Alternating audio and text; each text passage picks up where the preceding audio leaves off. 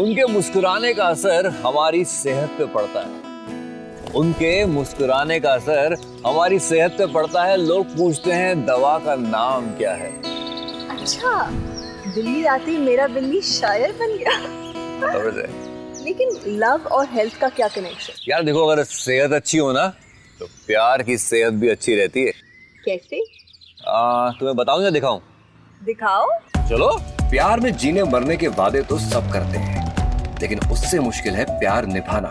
That too with a smile on your face। और ये हमें सिखाएंगी नीतू शर्मा।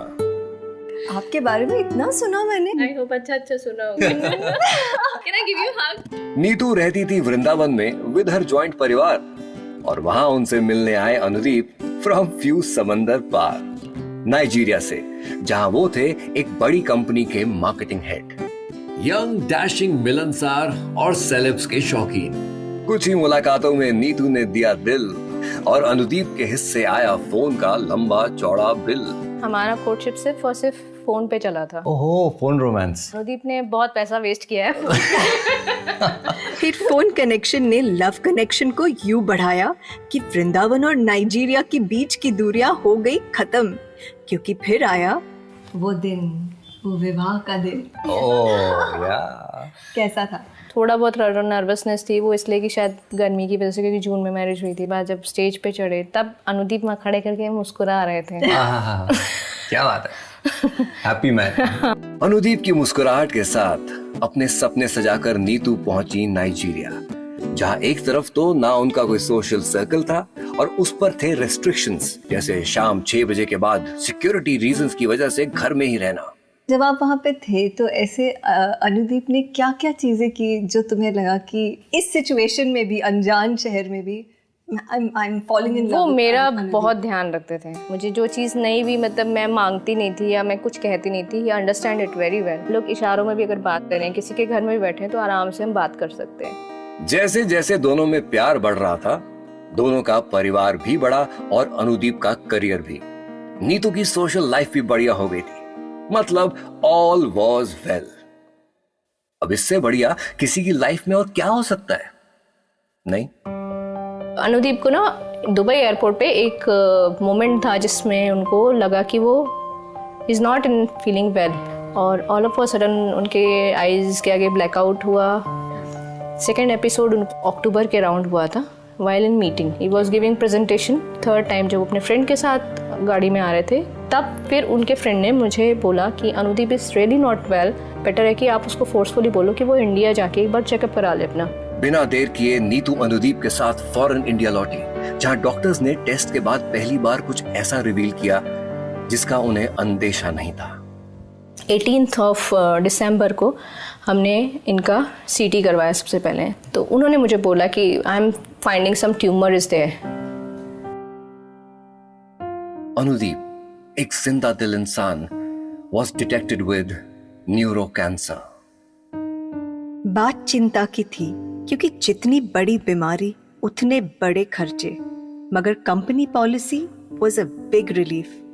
लेकिन जल्द ही अनुदीप की नाइजीरिया वाली नौकरी नहीं रही, नौकरी के साथ पॉलिसी भी चली गई। हर छोटी छोटी बात में मुझे लग रहा था कि ये मतलब हो क्या रहा है, मतलब मैं ही क्यों, मेरे साथ ही क्यों हो रहा है यार, मैं ही मिली हूँ भगवान को, कोई और दिखता नहीं है क्या। तो अनुदीप का जो इलाज था, फिर वो आपने कैसे मैनेज किया? अनुदीप MRIs के लिए भी चाह रहे थे, और सब पैसा धीरे धीरे करके ख़त्म होने लगा। मतलब हमारे को दिख रहा था कि जा रहा है, और हम उसको रोकने की कोशिश भी कर रहे थे, तो नहीं हो रहा था। इसीलिए मैंने जॉब ज्वाइन किया। हालांकि मैं जॉब वाला बंदा नहीं हूँ, घर के काम मुझसे कितने करा लो, बच्चों की टेक केयर करा लो, मेहमानों की आओ भगत करा लो, वो सब करूँगी मैं, मुझसे नौकरी नहीं होगी। जिस तरह पैसे पानी की तरह बह रहे थे, उसमें शायद नीतू के बच्चे कुछ सपने भी बह जाते। लेकिन लकीली अनुदीप ने वो किया था जो अक्सर लोग नहीं करते, एक कॉर्पोरेट पॉलिसी होते हुए भी अपना खुद का अलग से हेल्थ इंश्योरेंस।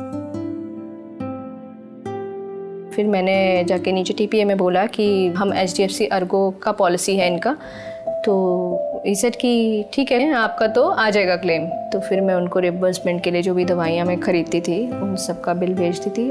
विद इन 1 और 2 days वो क्लेम वापस जाता था। अभी जो हमने लास्ट इम्यूनोथेरेपी कराई थी उसका एक डोज करीबन 2 लाख रुपए का था, एक डोज।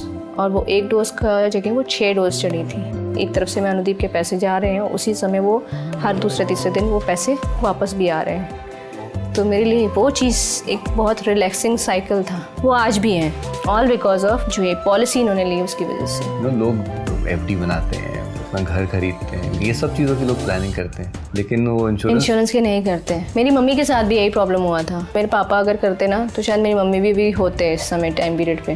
क्या आप मानेंगे कि डॉक्टर्स ने अनुदीप को जीने के लिए सिर्फ 18 महीने दिए थे, लेकिन नीतू ने अपने पॉजिटिव एटीट्यूड से ना तो खुद हार मानी, ना अपने प्यार को हारने दिया। आज वो 18 महीने 7 साल पार कर चुके हैं और आज भी दोनों एक दूसरे के इशारे समझ जाते हैं। अच्छा एक बात बताइए, डू यू लव मी?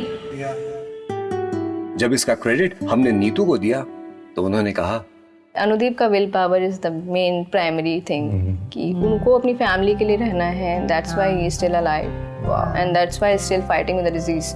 तो देखा आपने, इसे कहते हैं प्यार निभाना, और यही होती है सच्चे प्यार की असली नींव। ना नीतू ने अपने प्यार का दामन छोड़ा, ना अनुदीप ने अपने परिवार का। Neetu is such a rock star. नहीं पता है मेरे लिए सबसे बड़ी लर्निंग क्या थी? कि कंपनी पॉलिसी होते हुए भी अनुदीप ने अलग से अपनी खुद की पॉलिसी ली। याद रखिए कि बीमारी आपका बजट देख के नहीं आती। प्यार जरूरी है, मगर अगर सेहत अच्छी हो ना तो प्यार की सेहत भी अच्छी रहती है। ये मेरा डायलॉग था ना? बात सच है ना? सच है। इसीलिए पहले हेल्थ की बात।